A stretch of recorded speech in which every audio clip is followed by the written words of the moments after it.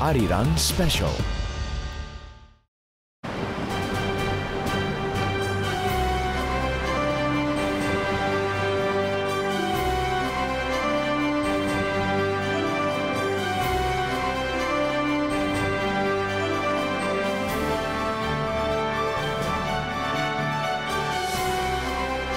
Ladies and gentlemen, our first plenary session, titled China's Leadership in Transition, will now begin.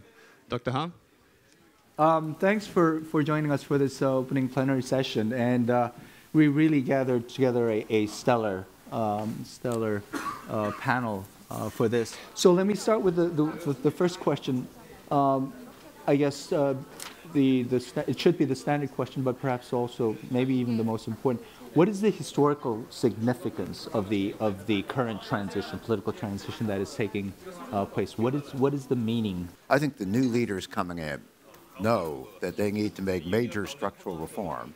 Structural reforms are broadly outlined in the 12th five-year plan that was adopted more than a year ago. To make those reforms will also require making significant changes in the operations of the political system, because the political system is so integral to the way the economy functions and vice versa. Overall, their proposed directions of change are really quite clear.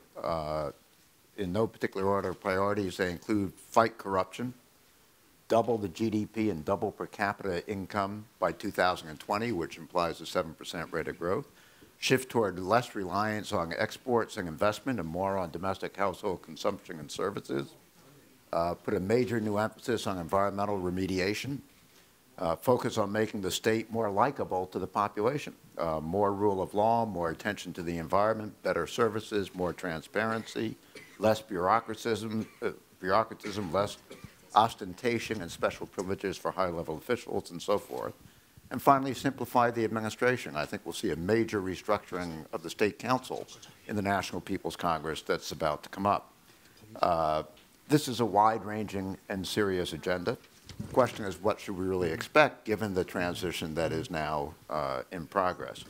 I think what we will see, and we have already begun to see in some instances, is a very quick start on rhetorical changes. Xi Jinping is quickly differentiating his style from that of Hu Jintao. I think on corruption, Wang Qishan will quickly move to some high-profile corruption cases to demonstrate that there's kind of a new sheriff in town, to use an American expression. Xi Jinping may be able to do better in directing the Politburo Standing Committee than Hu Jintao could for a whole series of reasons, partly simply different personality, but also a greater sense in China of the importance of significant reform at this point in time. Also, Xi, of course, is taking over as military head at the same time that he's taking the leading position on the Politburo. I think there are fewer factional divisions on the Politburo Standing Committee now than there were when Hu Jintao took over, and so forth. So I think there's going to be a fairly quick start. At the same time, I would argue that actual significant reforms are likely to come very slowly. And major reforms will take years if they occur at all. And let me suggest why I am so cautious in my look ahead on this. In part, for the immediate future, there's still a lot of competition over who's going to get what posts on the newly structured State Council. So this transition is by no means over. It's still very much in progress. But secondly, and much more importantly, there are very significant vested interests that are deeply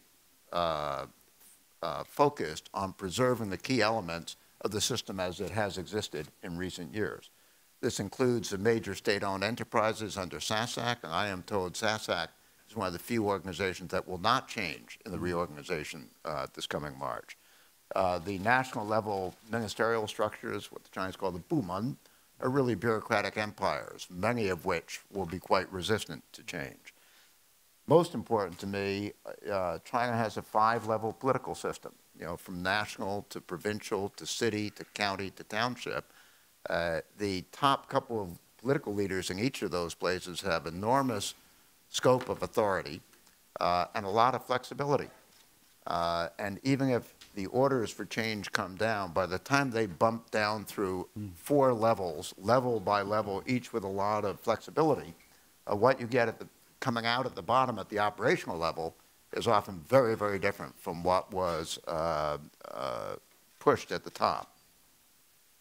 Also, while virtually everyone agrees on the need to reform, I've been in China a couple times in the last month and a half, I don't see any agreement on the specifics of reform.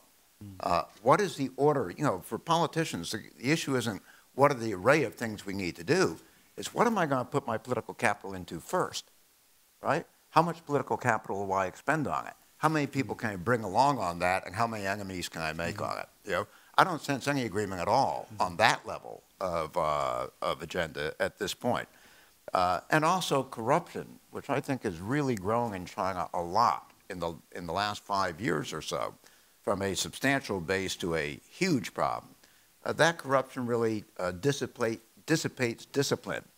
And the fact that the 18th Party Congress said that we will fight corruption as a top priority, but the fight will remain within the Communist Party, not bringing outside judicial organs and that kind of thing, make me frankly quite pessimistic about their capacity to deal with corruption.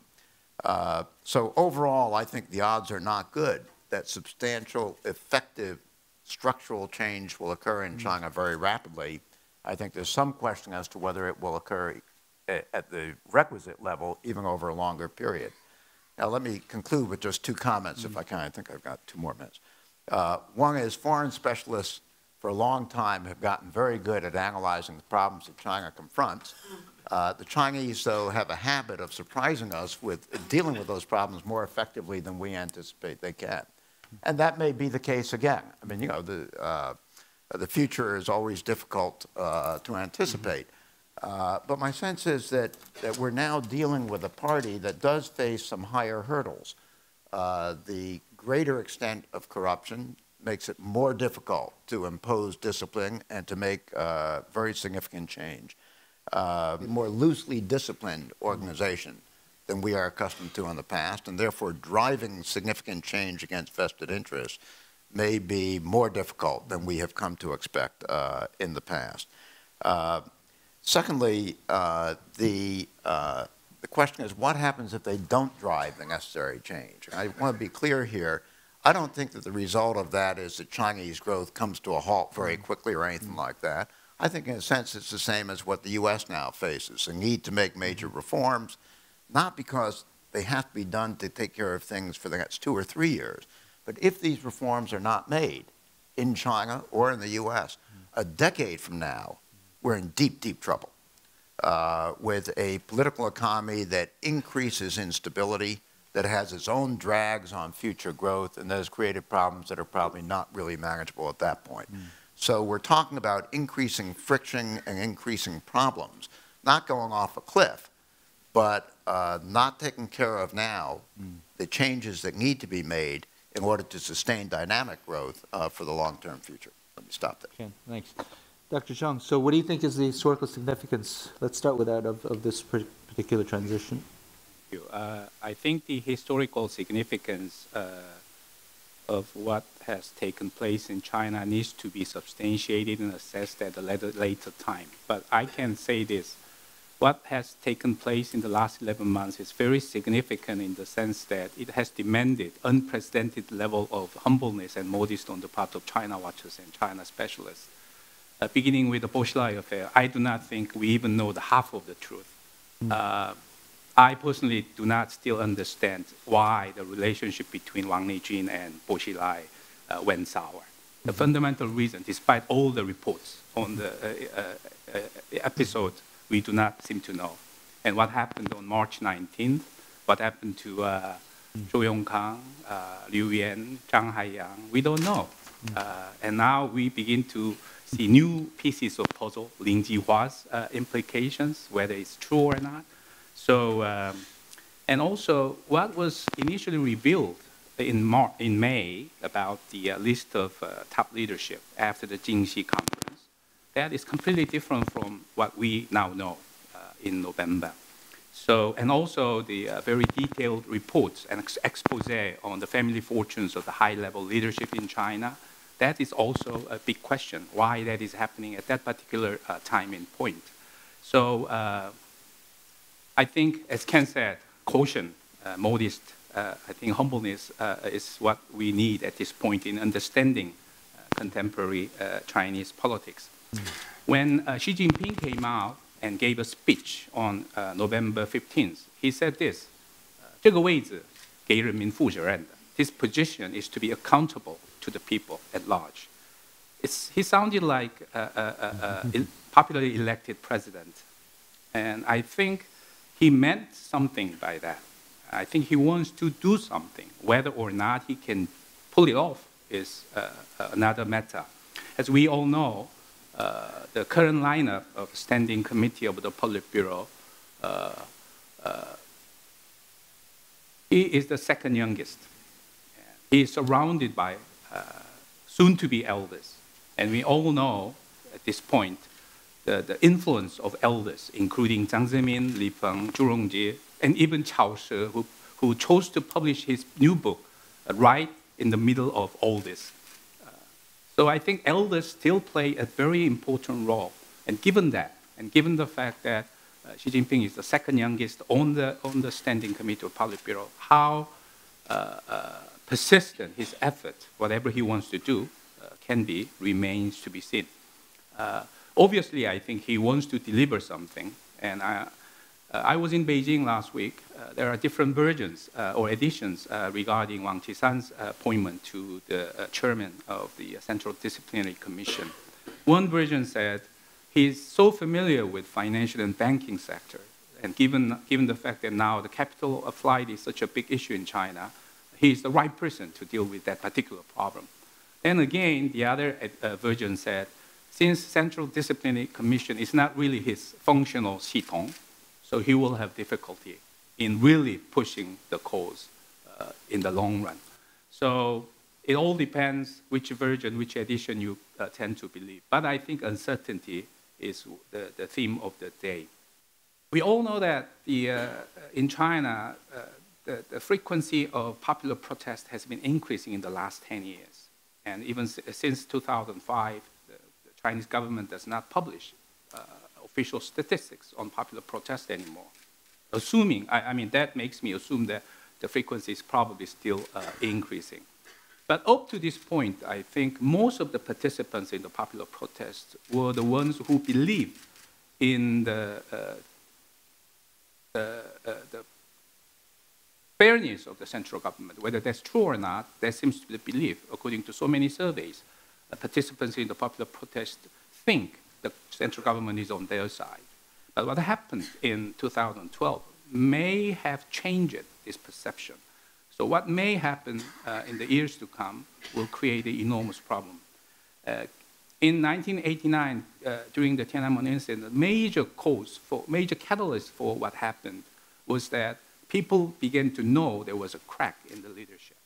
And I think the most important thing that the Chinese leadership has to do at this point is to create an image that they are stable, they are united, but whether they can really pull it off remains to be seen. I'll stop here. Thank you. Professor General, please. Okay. Same question.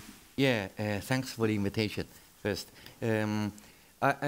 First, I'd like to stress on this point, the leadership transition this year itself is very significant because this is the first time without a strongman to make the final decision. So everybody has to fight him for their own interests. This is very typical factional politics, something like LDP of Japan, right? There's no boss, to make final decision. We have 9 classmates with a retired senior alumni. So this is the first time we see China enter how to say the westernized factional politics, people fighting each other, and the result cannot make one side very happy and the other side in despair. Everybody feel unhappy, but everybody accept the result. So that's good. From my perspective, I think that's a progress compared to the previous strongman politics. So that's one thing. And some people who take a positive attitude even define President Hu Jintao as a George Washington for internal party democracy. He set the precedent, right? And I think in the future, nobody can extend their term. And he has to stop, or he or she has to stop at the second term. So that's good. That's one point. Second point is that in the past 3 decades, the real significant political change is in the state-society relationship. 30 years ago, we have a very strong state versus a very weak society. Now we have a more balanced society relationship, state-society relationship. So the state has to more and more account for the pressure of society. And now what kind of society we have? As you may notice, last year our urban population surpassed rural population. That's something occurred in 1925 in the United States. So to some extent, today's China equal to 1925 United States. So our urban population just surpassed the rural population last year. And coming together with this phenomenon is that we do have a rapid emerging middle class with the largest higher education population in the world. Now the the college students, the total amount of college students in China reached to 30 million, twice as the United States. And then comes with internet, urbanization, middle class, higher education expansion, and internet means the new leadership, the new leading group, they facing new kind of pressure from our society, different from those farmers. For those farmers, give them a new job in the city, that's okay. But the demand for middle class is much more complicated. So that's the second point I'd like to address. The new leaders, they're facing a new society. And we don't know what it means. But that definitely means challenging, right? And finally, looking into the future, how they will react to the pressure. There are 2 key points under my analysis. One is that in the future, China is a country running by a collective leadership, a group of leaders, and no strongman can make a final decision. Every people on the top, he or she has to compromise. So collective leadership, that's a logic to understand the behavior of Chinese government in the coming days. Second, China will be an event-driven society. Only in a very short period, China driven by theory, the theory accepted by Mao Zedong. Most time, China is a very practical society, driven by events. So, try to find where the challenges located ahead of China. Then you can guess Chinese government will respond to those events. So collective leadership, even or challenge-driven, that's the 2 logic to find where the new government will go. Stop here. Thank you. Thank you. Dr. Chung mentioned how we need to be humble. We don't really know what happened and how these people, the 7 members, got to the standing committee, perhaps. But the ones who did get there, can we push your expertise a little bit and tell us about what you think are the personal characteristics, perhaps some of the backgrounds, which you think might be the defining thing in this collective leadership? What is the personality behind it? What are some of the experiences? that they can use to mold this political collector leadership into a particular direction? Just to highlight what Jay Ho was saying, there are two ways to look at the Standing Committee. One is that Xi Jinping is the second youngest person. The youngest person is the premier. And then they have 5 older people above them, therefore their leverage will be quite limited, in this kind of society and so forth. The other way to look at it is that these 5 older people are one-termers. They are, with the exception of one, Wang Qishan, they are all people who are kind of old pals in U.S. parlance. I mean, they're former municipal or provincial leaders who kind of know how to just kind of get along, make things happen, and move along, right? So they may be more willing to give Xi Jinping the lead because they'll only be there for 5 years and then they face a long retirement and they may be more anxious to be in good stead with the leadership that will remain after they have stepped down.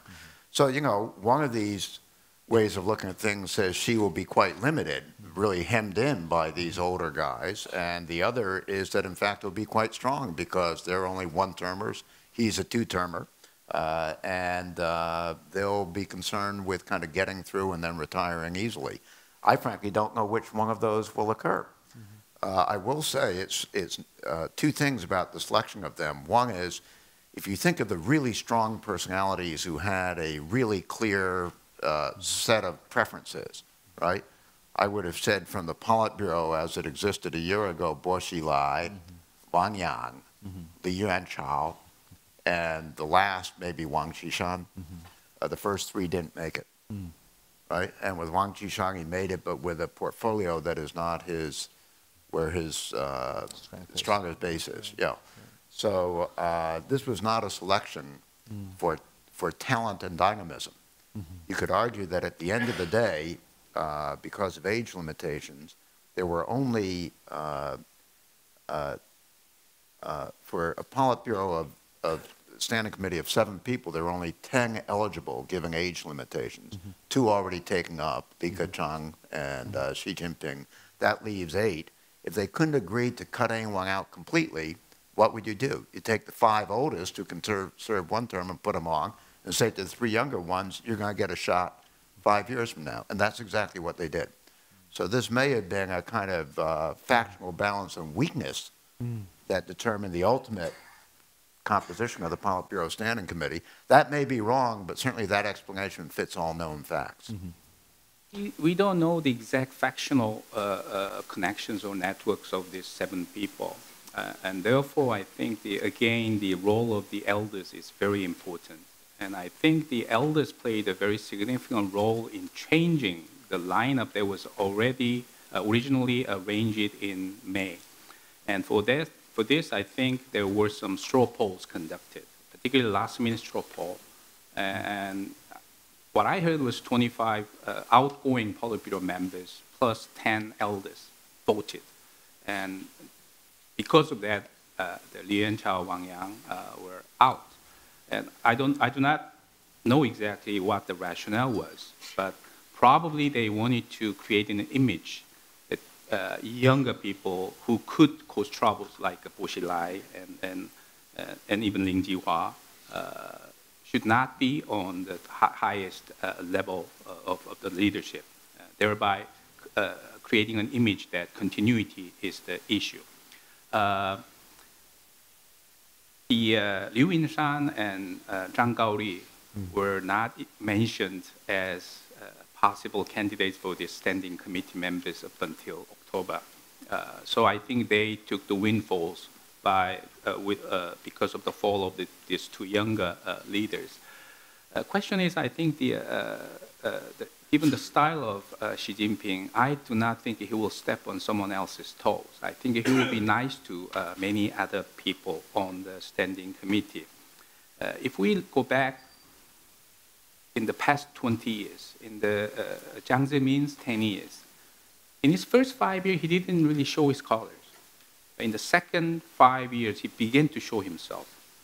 In contrast, Hu Jintao didn't show his colors in his entire 10 years. So we don't really have a large sample to make generalizations about. So we'll see what happens with Xi Jinping's 10 years. President? I don't know one of them. I got no chance. Actually, I shook hands with Xi Jinping 2003 when he visited Renda. Just shake hands, no words exchange. I tend to think education young generation, that should be a key term to define these people. Some people said that 6 of them belong to educated young generation, and some define 4 of them. So as a teenager grown up in the city, and then went to countryside, I think there's something impact their mentality. So educated young generation, that's one feature. I think they know something in the grassroots. That's an advantage. That's one thing. Another thing is that, as Ken mentioned, 5 of them will leave next time.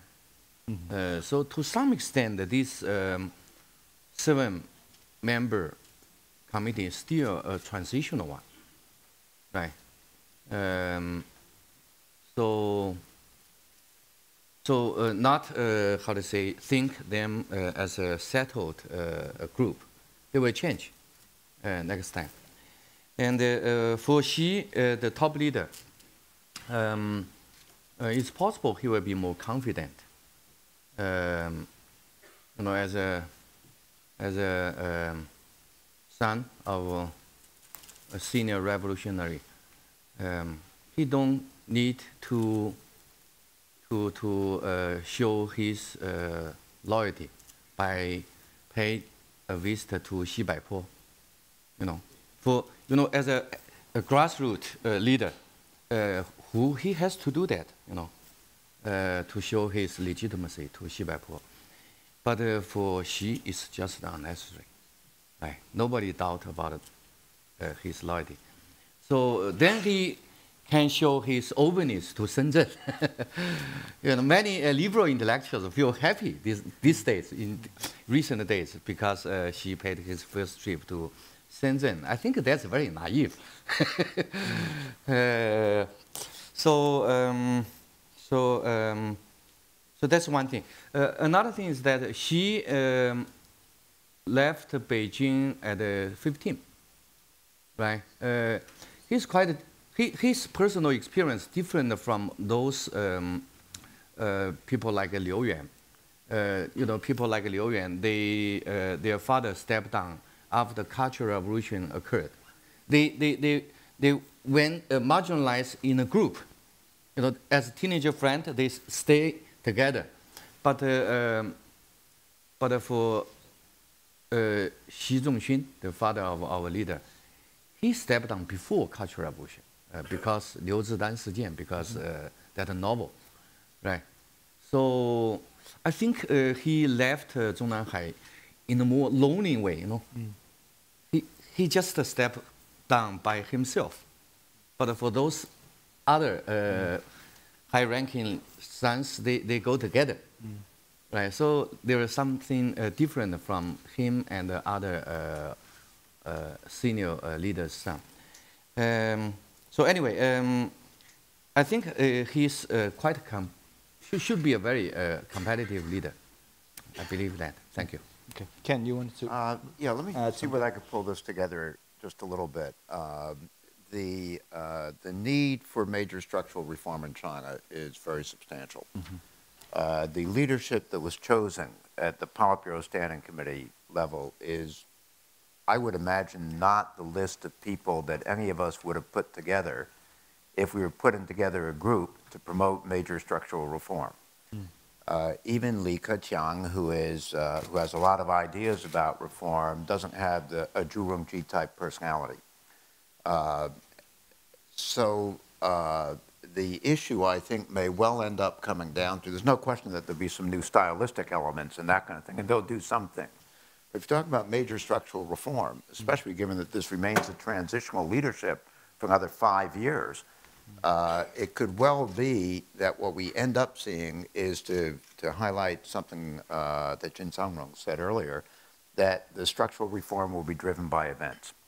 And if there is some major sense of crisis, if this isn't a slow rolling evolution toward a more difficult situation, but if something galvanizes a sense of crisis, then that may be what ends up being necessary to get the kind of tough decisions and implementation that the system really requires for the longer run dynamism of the system. Speaking of getting things done in priorities, you listed this incredible list of I'm happy to give it to you. list of challenges facing the new leadership. So what are the priorities? What's the first thing that they need to do? What's the most important thing that they should try to tackle? Domestically, why don't each of us list two, okay? Okay. All right, you can list two. For the domestic thing, okay?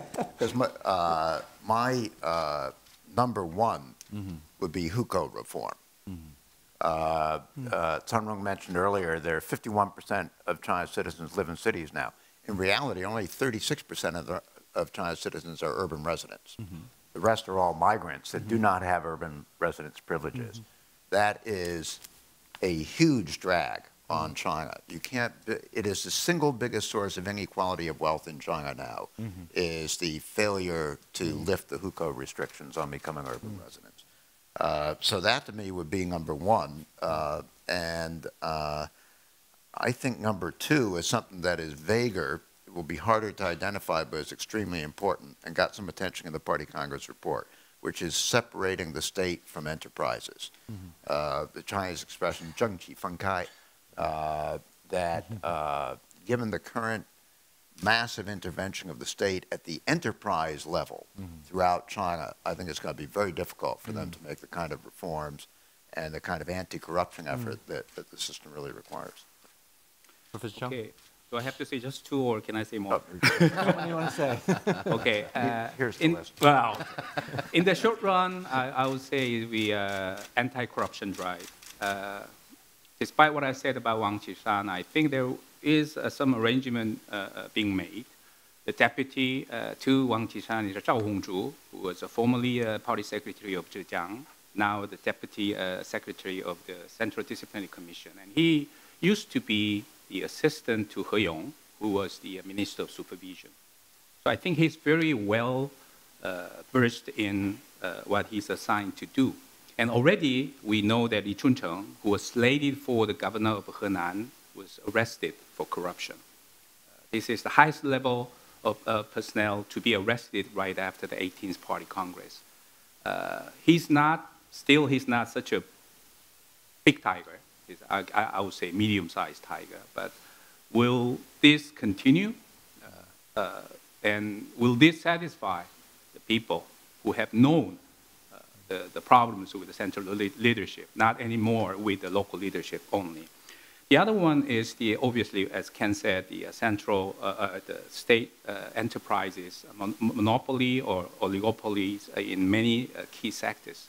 But we all know that the outgoing Hu Jintao, in his very well-written work report, made it very clear the state enterprise should be the mainstay of industrial development. And whether Xi Jinping and the new leadership can really step over this line set by Hu Jintao remains to be seen. The other one is, interestingly, the cultural renovation and innovation. We have this person on the Politburo, Wang Huning, who used to be at Fudan, but he served not only Jiang Zemin and Hu Jintao, but now even Xi Jinping. And he is now, I heard, slated for the Wenjiao, that is culture and education and science. So what will come out of this, particularly given the current emphasis on soft power and others the Chinese government has been giving attention to? Okay, 3 points. One is that with Mr. Hu Jintao clearly stepped down. I think we will have the new leaders will get more autonomy. During Hu's year, we saw the phenomena of 日月同辉, coexistence of sun and moon, That's no good from Chinese perspective. But with Hu Jintao clearly stepped down, I think the senior leaders will be more restrained themselves to intervene. So that means new leaders will have more autonomy to put forward and carry out their policy. That's one thing. Second, definitely the new leaders will put the domestic challenge first, at least first 2 or 3 years. There is a logic, or two logic in China different from that of the United States. In the States, the new leaders always promise change, change we need, change we can. But actually, he changed nothing. According to my study, 90% of their promise hollow out, only carry out 10%. But China is vice versa. All the new leaders promise I will change nothing. But when he consolidates his power, he will change everything. And when the change will come? After the third plenary. The first one just focus on division of labor. Second one usually will focus on 农业 agriculture, food. Food is always very important for China to feed 1.4 billion population. That's a job can only fulfilled by God, right?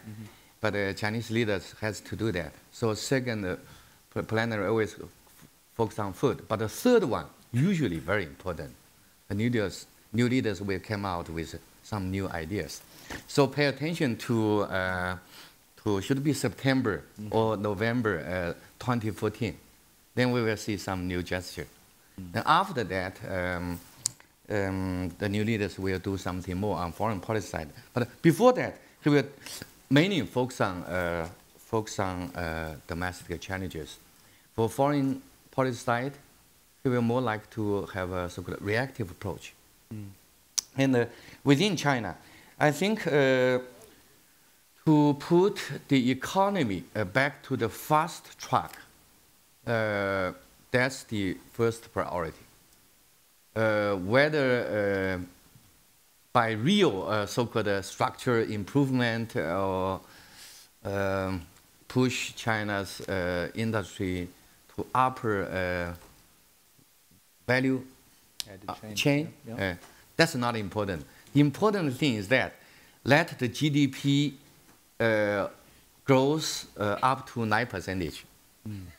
That's politically important, The quality is not important, but put the economy back to the fast track. That's important. Chinese people be spoiled. 7% is not acceptable,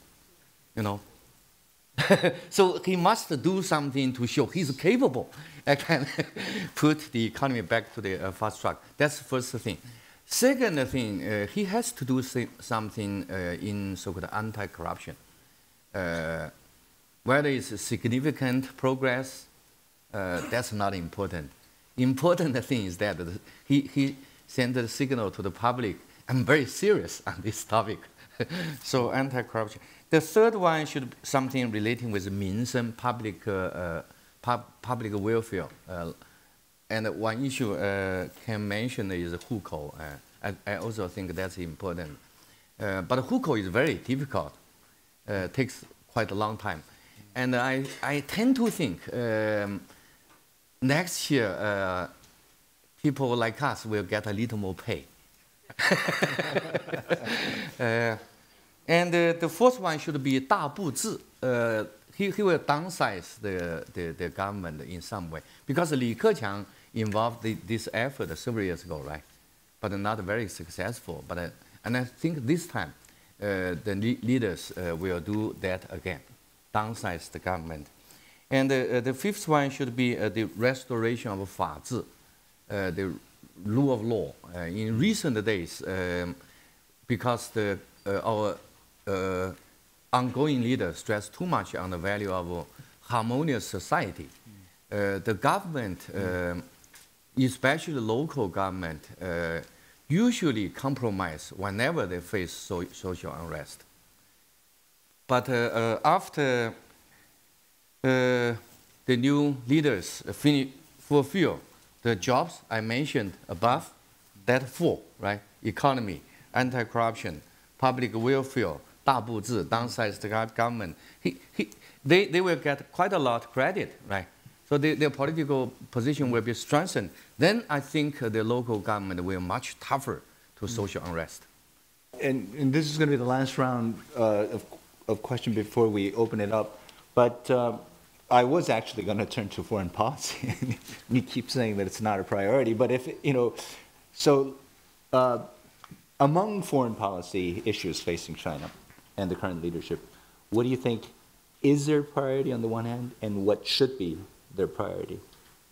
Ken, you want to go? I think their priority is likely to be very much as Jin Sung-rung just said, let me put it in different terms, to tamp down tensions internationally so they can focus on the domestic side. Their problem is that a lot of issues keep coming their way, to which they must react. And my sense is, frankly, on the territorial issues, especially with Japan recently, their reactions have been stronger than necessary and are going to cause them much bigger problems in the future. Let me put it very simply with the Japan issue over the dispute over these small islands. China has for many years expressed its deep concern about remilitarization of Japan. I would have said a few years ago the chances of that were nearly zero. But I think that China's reactions to steps that Japan has taken, I do think Japan moved first, but China's reactions have been so strong that they're increasing the chances of creating the type of developments in Japan that they have always feared. And that will take up a lot of their foreign policy agenda if there is some major incident, not a purposeful conflict, but a major incident that then escalates. I think we're into a very, very dangerous situation, and it will force China's attention back onto foreign policy, the leaders' attention back onto foreign policy, with implications for U.S.-China relations too. So reactive is one thing, but how you react is also something very important. Professor Chung. Yes, I think one major discourse in China is that China has too many domestic problems. Therefore, China's leadership will be totally preoccupied with domestic management. Therefore, they will not be interested in foreign policy. I do not think that is totally true. If you look at the Soviet Union, if you look at the US, despite the fact that both nations have had and have a lot of problems domestically, but that didn't really alter their external strategies. So I think there is a kernel of truth to that statement, but nevertheless, it has to be taken with a grain of salt. Second, I think Chinese use this term "geji," which is a particular distribution of international power. And I think that geji is changing very rapidly. 10 years ago, a lot of experts would predict that Japan's economic power would surpass that of the United States by 2035. Now, many experts are predicting probably before 2020, or even at the earliest 2018. Of course, just surpassing in terms of economic power doesn't mean that much, but at least it perceptually creates an enormous impact. So I think it will make, it will introduce some changes. And also, I think in Xi Jinping's 10 years, the cooperation and competition dynamics between US and China, the rank order might be reversed in his second 5 years. It might be competition and cooperation rather than cooperation and competition. If we limit our focus to East Asia as an important stage, I think a stage for more fierce competition already being set. In rhetoric's pivot to Asia by the US, China continues to talk about peaceful rise. And in economic terms, it's the FTA or RCEP versus the TPP. An ALC battle, A2AD, Washington consensus, Beijing consensus, whether or not there is a consensus in it. So I think stages are set across different areas. So I think from the perspective of smaller regional powers, this whole trend is a bit alarming. And also, China always says China will never seek hegemony, it will never take leadership. The second part, China will never take leadership, will become increasingly more difficult down the road. Not seeking hegemony, I, up to this point, tend to give credit to what China has said. But I think China's discourse on anti-hegemonism has been directed mostly toward the US. I think this is probably wrong. I think the main audience for this anti-hegemonic discourse should be the smaller nations in the region. And I think that point needs to be relayed to the people in China. I'll stop there. Thank you. Professor Chin. I think for China, two issues always on the top. One is stable U.S.-China relations. One is a stable relationship with the neighborhood. So that's the major interest of China. As for what happened in Middle East, Syria, Sudan, China actually not very interested in it, unless China forced to do something. And in recent years, everybody knows U.S.-China relations get some trouble, lack of trust, not in good shape. So, to make U.S.-China relations be stable, that's one thing. And we, Chinese side, raised the term 新型大国关系, new type of major country relations. But, and China will try to do something in this direction, but we don't know how to do it yet. So we're still on the discussion. But that's the direction. Something equal to Henry Kissinger's book. The last chapter of his book on China, he used the term co-evolution, right? And China likes this term, co-evolution. So that's one thing. Based on this new concept of major country relations, China wants to make U.S.-China relations be stable. That's one thing. Another thing is try to make the tension with the neighborhood controllable. First step. And then to improve the relationship with neighbors, second step. But then comes the problem. Actually, can raise the how to do it. How to do it. You know, even we determined to let the neighborhood share the benefit of China's economic growth. Actually, this term, written in the 18大, let the neighborhood share China's the benefit of China's economic growth. But the problem is how to do it. But I think the direction is very clear. We want to have a stable U.S.-China relations. We want to put the dispute with the neighborhood under control. So I'll give you 1 minute each, 10-year prognosis for this leadership. Well, I started off saying that China's at a turning point. And if you look over the coming 10 years, there's an interesting disjuncture between expectations of China internationally and expectations of China domestically. Internationally, all the analyses still assume an ongoing rise of China, very dynamic, increasingly powerful, becoming increasingly, conceivably dominant, right? When you turn to domestic, all the analysis is about the problems and challenges and the difficulties of transition. How they do domestically will have a profound impact on what they do internationally. So at some point, these two things will come into closer alignment. As I've suggested, I'm not sure how it's going to work out, but the capacity to make structural reform domestically and get that going in a serious way in the coming 2 to 3 years is crucial for China's long-term capacity to meet its own expectations and legitimate objectives.